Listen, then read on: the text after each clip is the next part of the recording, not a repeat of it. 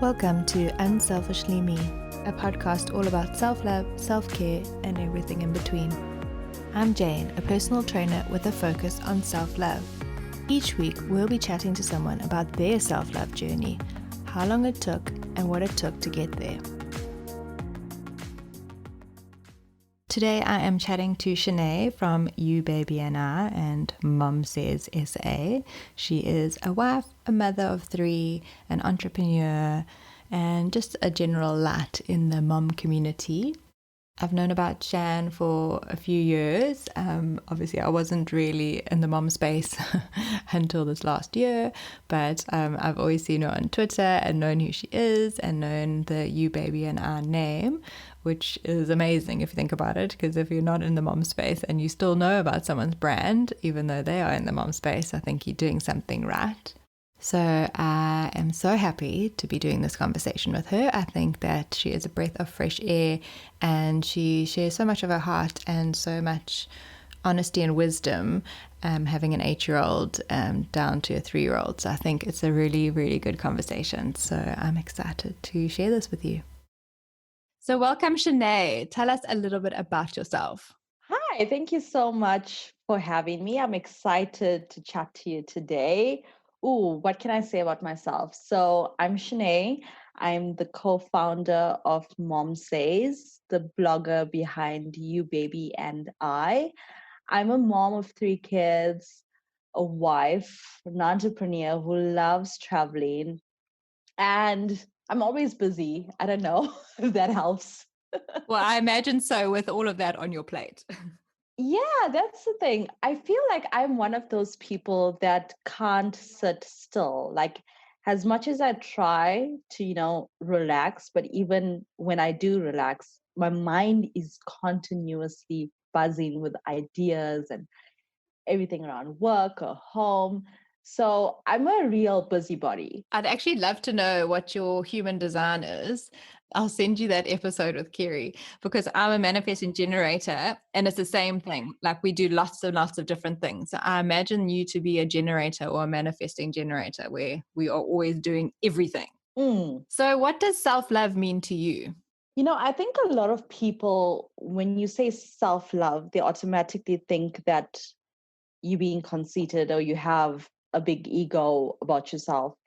And I think I realized the true meaning of self-love for me around 2 years ago. And believe it or not, before that, I never really thought about it. But for me, self-love right now means being happy with where I am and, thinking about myself more, putting myself first and doing things that makes me happy. So yeah, basically self-love, is thinking about me, my body, my health, my mental health, etc. I think that's important as well. And it's so hard as I think it's easier to put yourself first when you don't have kids. And then as soon as you have a child, it's like you feel guilty. So it's even harder and more important to put yourself first and to make the time after you've had kids as well. So with 3, it's like if you don't make it a priority, it's actually, I'm sure, will take such a toll as well. Definitely. Like, as you said, you feel guilty about taking that time for yourself. And that's exactly how I felt for the longest time. Like, even going to do my hair or doing my eyebrows, I felt guilty for doing that because it was like, oh, I should be at home with my kids, or, just going to the movies with my husband. I'd always be thinking about my kids at the back of my head. So I didn't practice self love. And it hit me. It hit me really hard. Where 2 years ago, I felt like I had a breakdown where I was like, what is going on? I've lost the person that I was. Nothing excited me anymore. I felt like a machine, work, work, work, and then come home and it's the kids. And when you're in the shower, then one kid is calling out for you, or they randomly open the door and come and stand there and watch you in the shower. So that was my life, but there was no me. I never thought about me. And even if I did a little bit, I felt bad about thinking about me because I also grew up in a community where, women are supposed to be at home taking care of the kids. and that's it. And if you start doing things for yourself or think about going on a holiday with your friends, then everyone looks at you like, what is she doing? She's not supposed to do that. So a year ago, I decided I was going to do a momcation because I needed it. And, I think that was the turning point for me where I had a discussion with my husband and I told him, I need this. I need this for myself and especially my mental health, but also I wanted a bond with my mom. So it was a press trip, but I took my mom with me. And that was the first time I really got to relax after having all my kids and everything that was going on with my business. And I had time to do things that I loved doing, like listening to music, dancing, having a glass of wine, reading a book, or just sitting and doing nothing or sleeping in till 9, 10 a.m. And I promise you, Jane, I came back a different woman. That trip changed me completely. I think also when you do something like that, like I have goosebumps listening to that because that's such an amazing journey that you've been on. But when you do things like that, you only realize how much you've missed something when you've done it again. Exactly, 100%. So you were like, oh my word, I actually missed being by myself or doing these things or going with my mom or it's like when you see a friend that you reconnected with or you haven't chatted in a while and you see them again, you're like, oh my word, I actually missed you, but I didn't realize until I saw you. So I think it's like that. Well, honestly, 90% of the time on the trip, I loved my mom. And then there was that 10% of time where I was like, I need some time alone, which I did. Yes. So, I took that time to just sit and read a book or listen to music. And so we did a cruise. And, I think being in the middle of the ocean really helped me because I absolutely love the beach. Like the waves just for some reason they just calm me and make me relaxed. So at that time I was thinking, Shan, what have you been doing all these years? And I broke it down in my head because, as I said, I think a lot. I'm a busy person, and I thought about, okay, I had my first child when I was 21. I mean, I got married when I was 20, where most of my friends were studying and partying, and I missed out on a lot of that, right? Had my first child, then, I started my business, it was booming. And then I had my second child. And then after that, I was like, okay, no more kids. I'm going to enjoy marriage with my husband. And then I had my third child. So everything just happened. I don't regret how it happened. But of course, I did miss out on a lot. And when I thought about it, I thought to myself, is it wrong to even think about it? Because I chose to get married at 20. I chose to have my first child at 21. But by doing that, I missed out on what everyone else experienced in the early 20s. And now I'm in my late 20s thinking, ooh, I missed out on all that. And I don't know how I feel about it. So, of course, no regrets. You can't go back in time. But I think everything that happens in life happens for a reason. And for me, from the age of 15, I've always been business driven. Like I knew I wanted to be an entrepreneur. I started my business when I was 15, thinking about everything that I wanted to do. So everything happened for a reason. But now in my late 20s, I don't know. My husband says I'm having a midlife crisis, but for me, I think it's just evaluating everything that I've been through and processing it. And I was like, okay, I need to take a step back and start thinking about me and doing things that I love, whether it is having a glass of wine and, watching Netflix or having a girls' night out. And at that stage, sitting on the cruise, reading a book or listening to music, I was like, okay, this is what I need to do going forward to think about more of myself. Because to be honest, Jane, that trip made me so emotional because I really had time to think. And I came back from the trip and I said, okay, what do I need to do? And for the past year, fitness has been a huge part of my self-love journey because just connecting with the, nature or whatever exercise I'm doing makes me happy. And I started doing that immediately when I got back from my trip. And then I was like, okay, what else do I miss? I miss my friends. I haven't seen my friends in years. I've lost so many friends. I want to connect with many of my friends. And that's what I did. I started initiating brunches or movie dates, or just getting together and having wine together. And I started reconnecting with friends. And that made me happy knowing that I can just chat to friends whenever I feel down. Because before that, I never did that. I used to keep all my emotions in or tell my husband. But there was times where he didn't understand that because my husband and I have a 10 years age gap. So we're alike, but we're also not alike. um, but yeah, so I started doing those little things. I'm also really big on having self-care Sundays. So I share a lot of that on my Instagram. But on Sundays, I put an hour aside for myself. My kids know that, my husband knows that, and I'd do a DIY mask, or I'd have a bubble bath and light a candle or listen to music. But that's how I've been relaxing, especially now during lockdown. And of course, there's things where I do with my kids, like we'd have Sunday movie day where every Sunday, one of the kids picks a movie. We'd get popcorn and pizza, and that's how we connect as a family. But for me, it's also important to teach my kids what self-love is from a young age, especially my daughter. I mean, she's turning 8 on the 2nd of August, but she looks at herself now and says, Mom, I feel like I'm fat. And I'm like, no, you are not fat. You are so skinny. But then I was thinking, is it because I'm looking in the mirror and saying, oh, Shan, you're fat, or you have love handles, or whatever the case is. And she's seen this and starting to doubt her body image. So for me, it's so important to, manifest and have the right mindset and push and promote self-love in the Mm. house, because I have a daughter who's looking up to me. I'm growing up repeating what she's heard me say. And, that's really made me think like, whoa, what am I doing wrong? What needs to change? And by me just, having the schedules or routine or things that we do has really improved self-love for myself, but also for my family. I think it is very important. They see and hear everything that we do. So if you've Mm. got a scale, chuck it out. Like, don't even look on the scale. If they see you weighing yourself, everything that we are doing, they are watching. So it's important for us to speak kindly to ourselves, especially in front of them.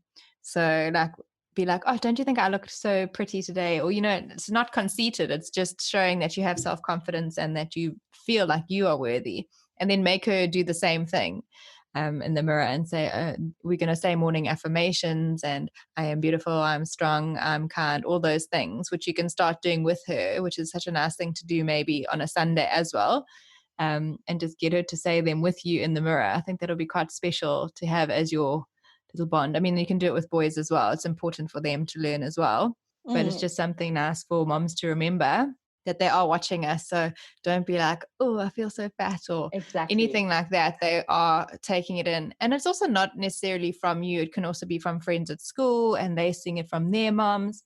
So I think it's important for us to lead by example with ours so that they aren't the ones going to school and teaching their friends, you know what I mean? Or if they have their friends saying these things, that they can be the one who's like, no, don't say that about yourself. That's not a nice thing to say about yourself. You need to love yourself, and try and promote our kids to be the ones that are sharing and promoting self-love with their friends. I think sometimes we don't even realize what we're saying could be wrong, or we don't even Yeah. mean it.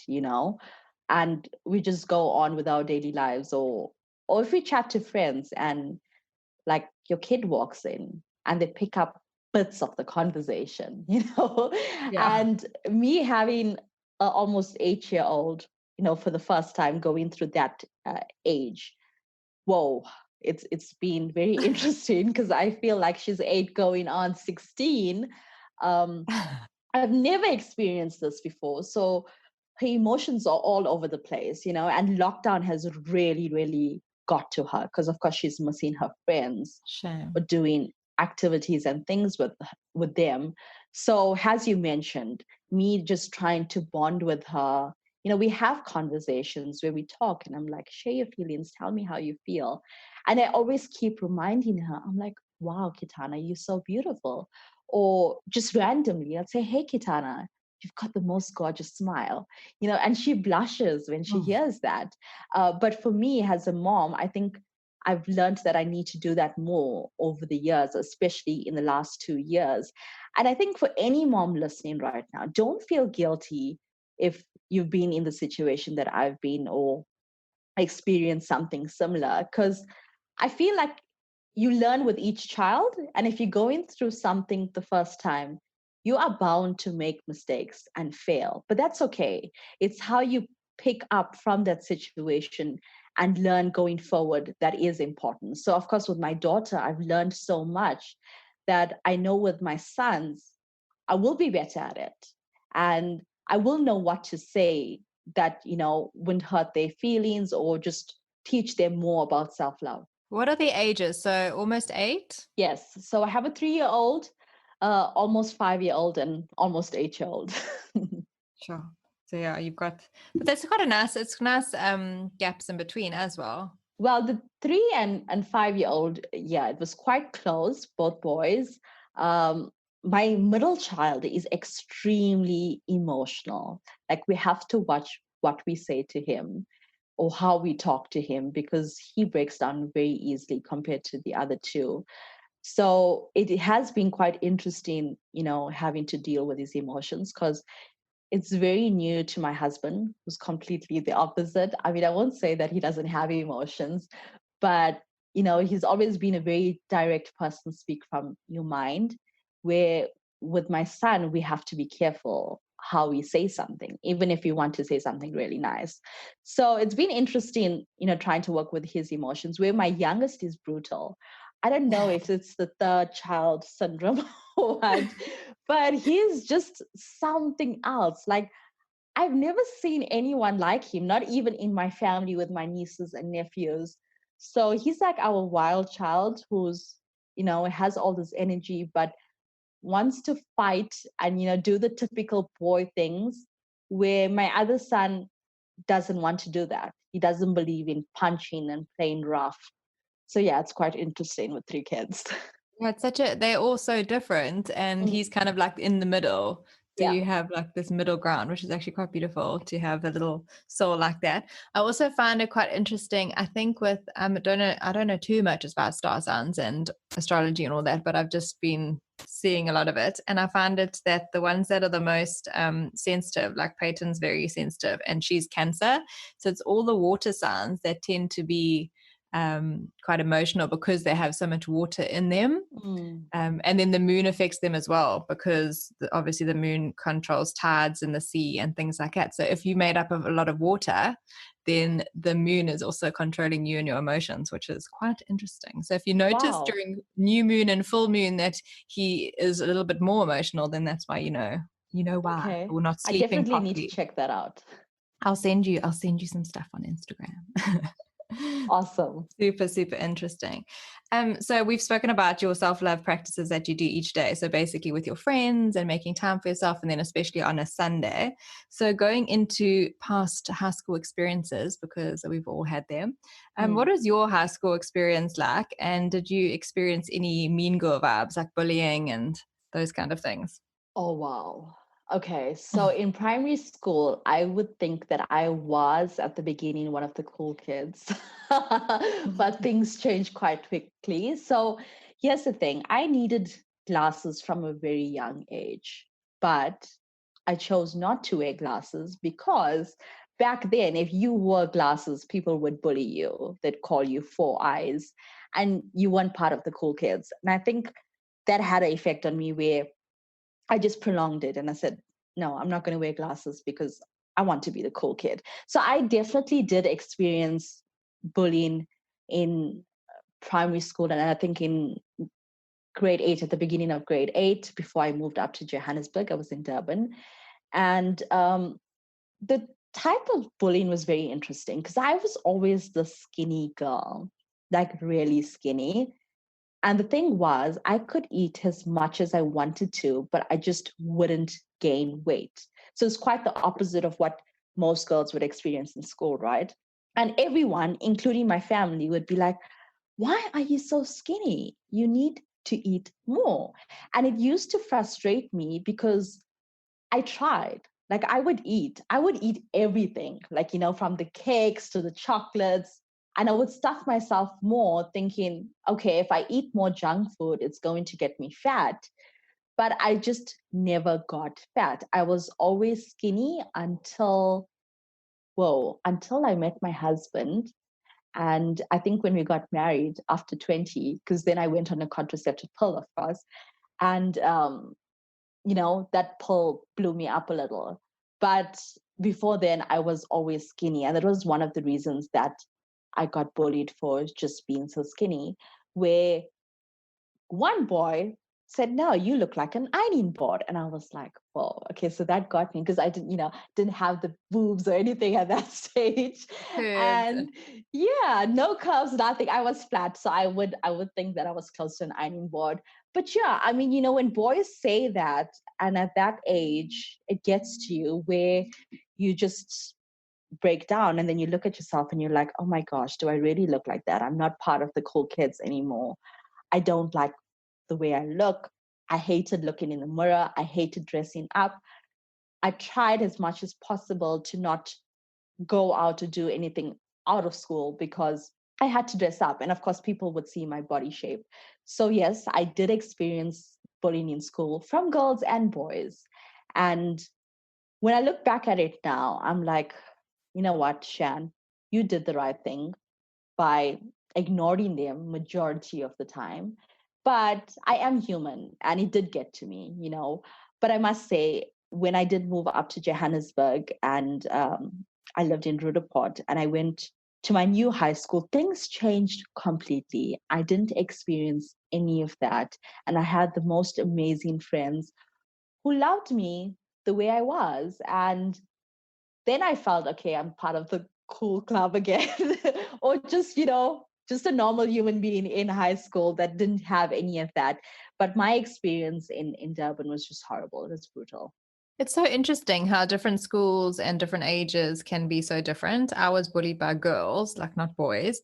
And it's so interesting, like you said, Durban. But then in Joburg, there's other girls that have had like bad experiences there. So I think it's just the luck of the draw sometimes and the Yeah, school you go to and who's at that school and who's in your year. definitely. The weird part is the people that did bully me in school now will send me Facebook messages or Facebook requests and be like, hey, Shan, do you remember me? And I'm like, I don't want to remember you. So why do you want to be friends with me now? A lot of them will be like, oh, I saw you on TV or read an article about you. Congratulations, you're doing so well. And I was like, it's great to see that this person has changed and is celebrating other people. But for me, there's just so much hurt there that I don't want to go through that again, especially those that didn't apologize. I've had a few Mm. that messaged me and like, I apologize if I said anything to hurt you back in school, but we were young, etc. And then there were those that didn't. And I was like, okay, I don't want you a part of my life. So there was some that I definitely did forgive. While I was in school, I was part of a program with UNICEF where for a whole year we did a program, talking about gender-based violence and bullying in school, which was quite interesting because I think it also educated my fellow peers on what they should or shouldn't be doing. And I still think about that program right now because it made such a huge impact on my life personally. During that experience, I got to write poems, which was published on UNICEF's website back then. But those poems expressed how I felt during that time or what a lot of other young girls were going through. It's amazing. Sure. I think we need more of that right now, especially with body shaming. So like you getting skinny shamed, I don't think people realize. I did a whole episode on body shaming in general and how there's fit shaming, fat shaming, and skinny shaming and how people don't think that there's anything wrong with being like, oh, she should eat a burger or whatever, when Yeah. actually I've had so many clients over the years that have come to me to try and put on weight because it is so Mm. hard. And I will tell everyone again right now, it is much harder to put on weight than it is to lose weight. So as much as it is like if you have health problems and you want to lose weight or you need to lose weight, it is much easier for you to lose weight than it is for someone to put on weight.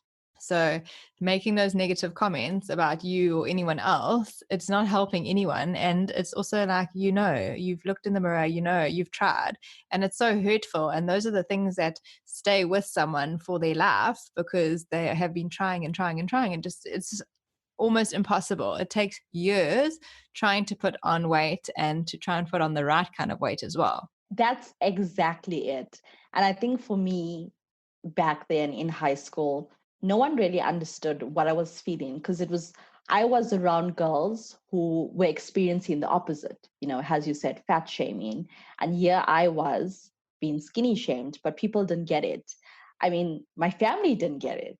And that frustrated me the most when aunties would tell me, but you need to eat some more. When they see you at a family function, this is a typical thing that most brown girls go through. And it's frustrating because you're like, as a family member, you should try to understand what I'm going through, but you don't. Or sometimes people don't think about what they say because they feel like I'm not saying anything wrong by telling her to eat a burger. Where I feel now in 2020, a lot of us are thinking before we talk or share anything on social media because we know that it does have an impact.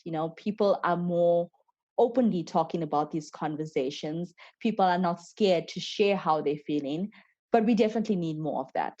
Yeah, I think it's very important to just keep shining a light on those issues and just bringing them up so that people can learn, because I think we're all here to learn. And the more that people can speak up about certain issues, the more that we are made self-aware. And so many people are not self-aware at all. So being able to just bring them up and make people think a little differently. Like so many people probably skinny shame people, but never even thought there was anything wrong with it until I like tweeted about it and did posts. And I think it's important to remind people so then they're like, oh, I never thought of it like that. I'm not going to, say that to anyone ever again. I think it's very, very important. Yeah. This episode is brought to you by Jungle Juice Plus, South Africa's healthier version to making your own jungle juice. Having a new baby is a very, very busy time in your life, and the last thing you need to be doing is trying to slave away and make jungle juice. So Jungle Juice Plus SA has done it for you. Available in capsules or in the convenient dosing caps, which fit perfectly into your hospital bag or your handbag. The capsules are a condensed and concentrated version of all the vitamins and minerals that are in the drinks, with the addition of fenugreek, which is a natural galactagogue. Now you no longer have to spend money and time on making jungle juice and separately purchasing fenugreek as a standalone supplement. We have an all-in-one solution. The dosing caps are fenugreek free, and they are the perfect addition to your bag because they twist onto any 500ml bottle. Twist, push, shake, and you're done. To find out more about these products, head to www.junglejuiceplus.co.za. So tell us about your business and brand. You touched on it earlier, but I want you to just go in depth there. So you're an amazing blogger. How did you get into the blogging world? By accident. Yeah, I'm Usually the dead case. serious. Yes. Majority of bloggers say this, but to be honest, they are telling the truth. Okay, so when I had my daughter at the age of 21, I went through a phase where I felt extremely lonely because none of my friends had kids. No one understood what I was going through. Friends would randomly message me and say, "Hey, Shan, can we go out? Can we grab lunch?" And I'm like, I can't. I have a daughter. She's in a schedule. She sleeps this time, etc. So I felt very lonely, even though I still had some friends left. But I lost majority of them because we were just in different phases of life. So I started watching YouTube videos. I think the first group of bloggers that I watched was Jess and Fam. I'm not sure if you know her. No, I haven't seen it. She's a huge YouTuber. Well, now she's reached 1 million followers, but she was also a young mom. So I could relate a lot with her.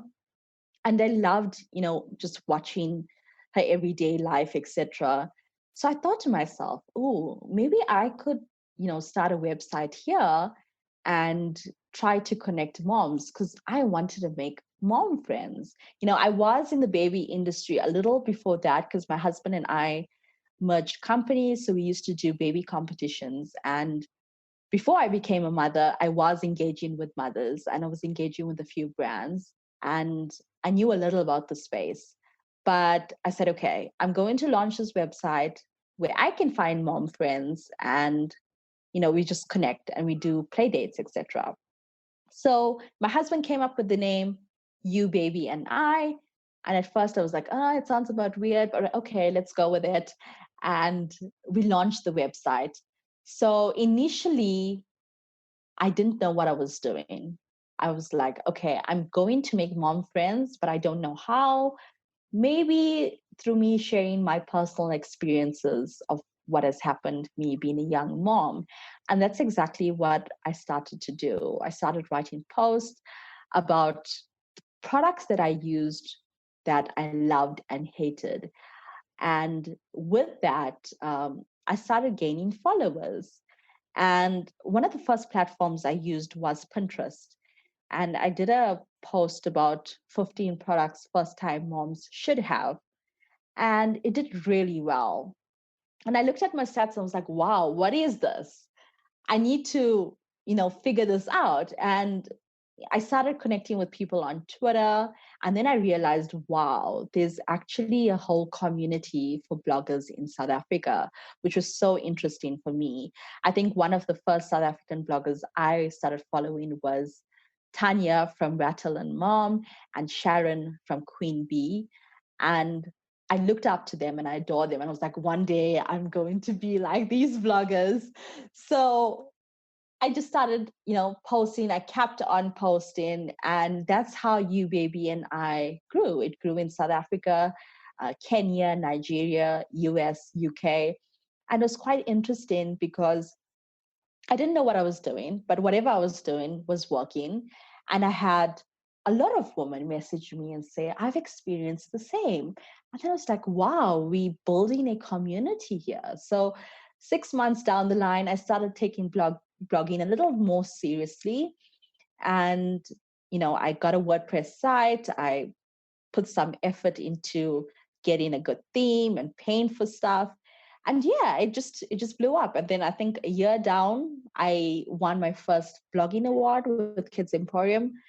And ever since then, we've been winning lots of awards and helping lots of moms. For me, it's all about the community. I'm so big on community. Everything that I do is around communities. So You Baby and I is for moms to just engage and connect with each other, share their experiences. Of course, it's a lot about me sharing my experiences, but I always welcome guest posts where moms can share their experiences. So I've been working on You Baby and I for the past 7 years. And to be honest, I started the blog thinking that it was just going to be around me being a young mom and baby products. But over the years, it has evolved and I've changed the direction of where I want to go with it. So now I'm focusing more on self love, travel, entrepreneurship, but of course, still having the main audience, which is moms. And then with that, 3 years ago, I came up with the idea of Mom Says, which is my startup, my new baby. My husband and I was sitting in an Uber in New York. We went for a holiday with my daughter. And we were thinking, we have this great community of moms, which are really engaged.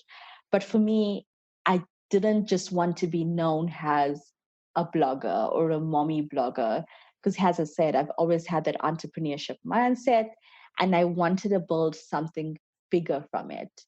And that day we said, okay, we are going to come up with a concept where it'll be Tinder for moms, but around baby products. You either love it or hate it. And Mom Says was born. So I've been working on Mom Says for the past 3 years. Fully blown startup. We've got investment, our first round of funding. And right now we're working on the second phase of it. That's amazing. You've come so far and done so much in 7 years. I have. It's been a very interesting journey, but I'm so grateful for everything that I've experienced and went through, even, the negatives that came with it, because I think it has given me the strength to continue, also given me motivation to build and help other women who are experiencing the similar situation. So being a mom of 3 kids, being in the startup space is very, very difficult. You get frowned upon because people think, you're not going to take this seriously. What do moms know about building technology products? I've had all that. Like, what you're building is not needed. Moms don't need help. You're building a product for moms that drive SUVs. I've heard it all. And to be honest, of course, there were times where I wanted to give up and say, am I doing the right thing? I did invest a lot of money into this idea of Mom Says. And I pitched a lot. I pitched in South African events, international. I was lucky enough to spend a month in London learning about the startup space there. My husband spent 3 months in New York, just educating ourselves on what the space is about. Because it's very different from being a blogger. This is a fully blown business. It's not about me. I'm not the influencer on this website. And numbers is very important. So building a startup has taught me a lot, but I wouldn't get to where I am if I didn't have You, Baby, and I. It was the blog that was needed to be published, it needed to communicate and connect with moms for Mom Says to be born. And I always tell my fellow bloggers or anyone that messages me and says, Shan, I want to be a blogger. I tell them, no, you shouldn't want to be a blogger. You should want to have a blog to build something bigger, but that shouldn't be the end point for you. Because I feel like from a blogger, you can grow so much. And I've seen it in my industry where women are starting businesses, focusing on social media or helping with branding, etc. So there's so much that you can do and use that as a foundation to think bigger and build something bigger. It's so interesting you say that, because when people ask me, I don't call myself a blogger. I always say I have a blog. So I'll be like, oh, I'm a personal trainer, and I do this, and I have a blog. Like, I've never been like, I'm a blogger. Yeah. Like, it's so, yeah. So I resonate with that so much. Yes. The way of describing it as well, because I think that's exactly what it should be. It's a stepping stone to something greater. Definitely. Love it. You recently launched a beautiful campaign. Tell us about that, and can people still get involved? Yes. So I've launched an initiative called Back a Mom, which is on the Back a Buddy website. To be honest, it started with a tweet that I came across from a South African celebrity, Anile. She's on 947. And I don't spend a lot of time on Twitter, but when I do, I don't know, I always come across things that hit me hard. And this was one of it. And, I read that tweet and I thought to myself, what can I do as a person who has a network and a community to reach more people and help more people? Because the truth is, everyone has been affected by COVID somehow, and South Africa has had poverty or been in poverty for a very long time. And COVID has just put us further down. It's scary to think about how people have been affected by this and the poor just getting poorer. And we're in a space now where a lot of people, even though they should help or want to help, they don't know how to help, or some of them just ignore it. Like I've spoken to a car guard recently where he said that people just ignore him now. He's like nothing because they're scared of getting the virus and they think he might have the virus, which is understandable. But for me, it was like, okay, I want to help what do I do? Because I've came across so many stories that literally shattered me. And then I look at my kids who are so privileged, have so much at home. They have choices on what they can eat. And it just made me think where for 2 nights, I became so restless. I couldn't sleep because all these stories kept playing on my mind from people that I spoke to, people that I met with. And I was like, Shan, you have to do something. You can't sit back and not do anything. So I came up with this concept. What if I give you 500 Rand? What would you do with it? And I posted that on my social media, and I got an overwhelming response of people sharing their personal stories or saying how they would help in their community. So I decided to reach out to a few friends and I asked them, would you be willing to help me by donating something so we could help a few of these people that commented on the page? And a lot of them said yes immediately. And I was like, oh, wow, I could really do this. I could help like maybe 5 or 10 moms. And, I chatted to so many friends about it because as much as I wanted to make it big, I was also scared of making it big because I wasn't sure what people would say, what people would think. And then I had this conversation with one friend who said, Shan, you shouldn't care what anyone thinks because you are doing something good. You are trying to help people in your community. And that's what's important because we need more of that right now. And I shot the video and I contacted back a buddy and I put it up. And the response has been extremely overwhelming. Like, I think every time I look at the page and I see a new donation being pledged, it breaks me down and I have tears in my eyes because I never expected that. My initial goal was to reach 10,000 Rand. And now we are sitting close to 36 or 37,000 Rand. And I'm shocked. Like, I didn't think it would get that far. Now I'm trying to reach 50,000 Rand, hopefully by August, so we can try and help at least 100 moms. But you know what, Jane, the messages that I've been getting, my DMs have been going crazy with messages, and the people that have been pledging has just made me realize that if we come together as a community, we can do something good. We can help if we work together. And I think that's what is important. For me, even if you don't pledge in this initiative, I want you to take away something, or maybe I've inspired you to do something. Even if you go to the store and buy a loaf of bread for someone, the car guard, or someone you see that's begging on the street and give it to them, that is helping in some way.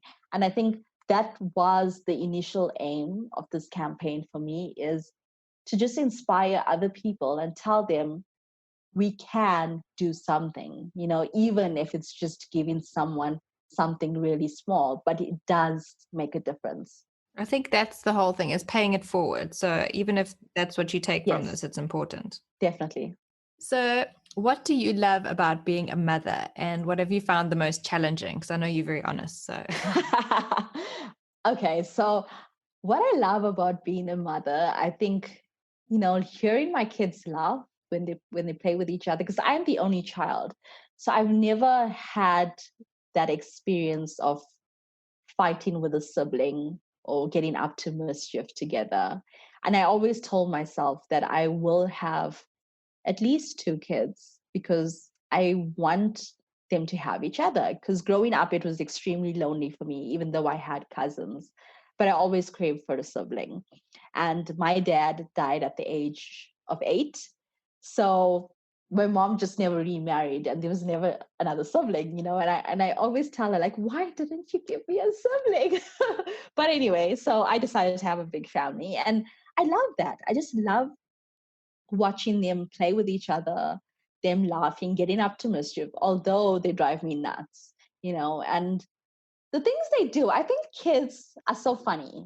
Like, they are comedians, really. They do the most craziest things, but you can't be angry at them for too long because they're so innocent and they're so honest. And I love that about them. I love when my sons or even my daughter comes up to me randomly and says, "Mommy, I love you," or just kisses me and gives me a hug. So I still co-sleep with my youngest. I know he's 3, he needs his own bed, but I think it's me more than him, where I just don't want to let go of him. And I'm trying to hold on and soak as much as I can with this toddler phase. And I love waking up next to him every morning, because he wakes me up by kissing and cuddling me, and I just love it. And it's your last one, so hold on to it as long as you can. Exactly. So I love those little things. And I have no regrets about having my first child at 21.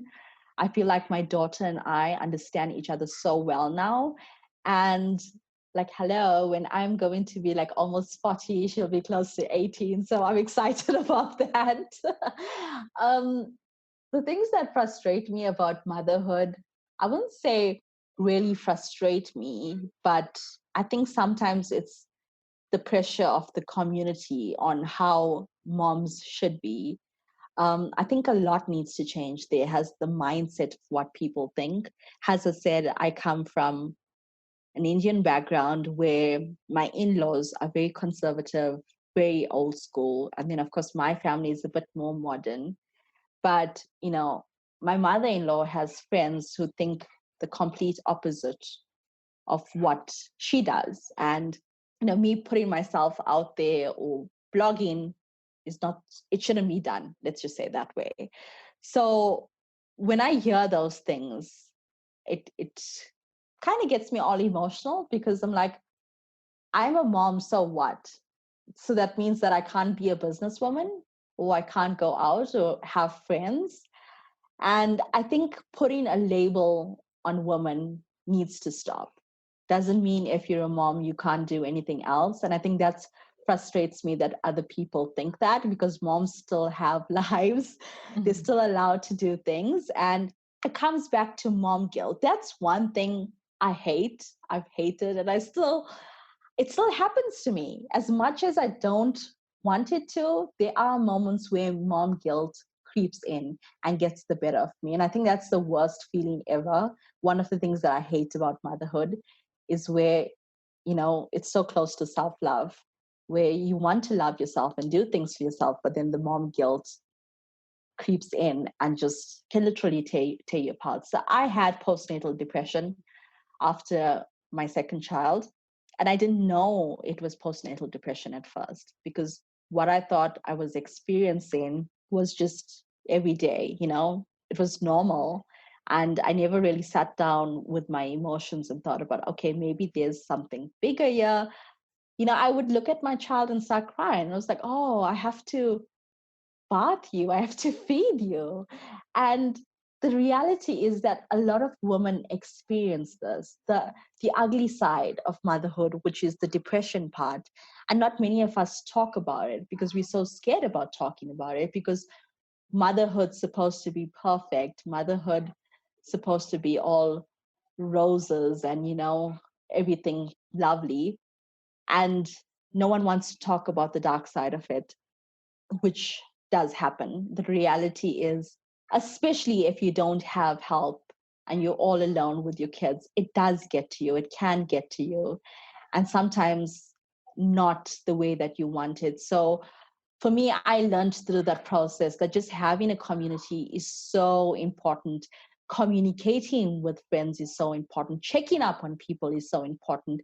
And I try to do that with my friends that are moms. And if I think about them, I would call them to just find out how they are, because I know what could happen if they don't have someone to talk to. So, as I said, community has always been big for me, and it's something that I still encourage.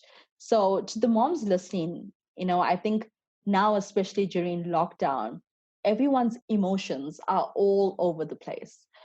We all have those days where we feel horrible and down, and you don't know what to do with your kids. You don't know how to entertain them, and you just need to let it out. So for me, I dance it out, and I get the kids involved because they love dancing. So we play Just Dance like every single day, even though they just dancing for the fun of it because they love it. For me, it's letting out all the frustrations and emotions that has been I've been carrying and has been holding me down. And I also just connect with friends, just to talk to people during lockdown now, I think is so important because we're all going through something. So we need each other. I think that's beautiful. I think I answered more than your question. I love it. Yeah, I was going to say, if you had some advice for new moms, what would it be? But I think Yes, most of that covers that as well, as to reach out, because I think it's so hard when, especially when it's your first child. Like I had like a rude awakening, but just like what advice for new moms would you say? Would you say get a community backing behind you? yeah, definitely. I think for new moms, you need friends. You need at least a friend that you can talk to, like at 2 a.m. in the morning, or just a community. You need that because not everyone around you knows what you're experiencing and what you're feeling, but it's so important to talk to someone. So I think having friends or a tribe that you could really connect with is so important. I also think it's important to communicate with your partner and tell your partner how you're feeling, because sometimes your partner is also going through this for the first time as a new parent. And we don't really talk about the emotions of the partner, and I think sometimes it is important to sit down with your partner and say, this is how I am feeling, or this is how you can help me. And parenting is not just about one parent doing all the work and the other one just helping out when they can. Like, there is no father's babysitting. Hello, he's been a parent. So he needs to. Can we repeat that louder? Yes, dads, there is no babysitting. There's no such thing as a father babysitting. He is parenting. And I think we need to remember this, because sometimes we feel like, oh, if I tell my husband to take care of the child for 5 minutes, I feel so bad because, he works so hard and I'm a stay-at-home mom, or I'm on maternity leave and I should be doing everything. No, that is absolutely bull. Like, I don't care if he's working because I'm working too. Doesn't matter if he has a business and I don't. I'm still working. I'm doing things with the kids. I'm homeschooling, whatever. So for me, it's important to have that conversation with your partner, work together, because I really feel that parenting is teamwork. You need the other person in the house to contribute and help with the kids. If one baths the kids, one can dress the kids or feed the kids, but you're playing tag, and it should be that way. We shouldn't put people or moms or dads in a box saying, you should only be doing this because that's your job. And I think that's absolutely ridiculous. I can't believe that we're still having these conversations in 2020, but the reality is there's people that still have that mindset. So yeah, I think that's my advice. It's beautiful. It was perfect. I couldn't have said it better myself. So, Shan, flip, this was such a good episode. Thank you for sharing everything. I think that there are so many little bits of wisdom in here that moms and preggy moms and so many people can take out of it. So where can they find you on social media so they can get some more little bits of wisdom on a daily basis? Oh, thank you so much, Jane. So you can find me on Instagram. My handle is at Shanèy Vij, ShaneyVije. That's where I normally share my bits of wisdom or whatever's on my mind. Or you could follow me on Facebook. My Facebook pages are You Baby and I, or Mom Says. I do encourage you moms to join the tribe, which is momsays.co.za. And of course, we're also on Twitter, but I am more active on Facebook and Instagram. I'll put those all in the show notes as well so that everyone can just click on by. Awesome. But thank you so much for joining me today. I know you're very busy with the 3 kids at home and lockdown and work and everything, but it's been such a joy to speak to you. And yeah, I think it's an important topic to share with all the women out there. Thank you so much. I absolutely loved this conversation. I'm going to listen back to it when it comes out so that I can remind myself as well. Oh, thank you, Jane. Take care and all the best. Thanks. And I will see you guys next week. Thanks for listening to Unselfishly Me. Follow us on Instagram at unselfishlyme and check out our website www.unselfishlyme.com.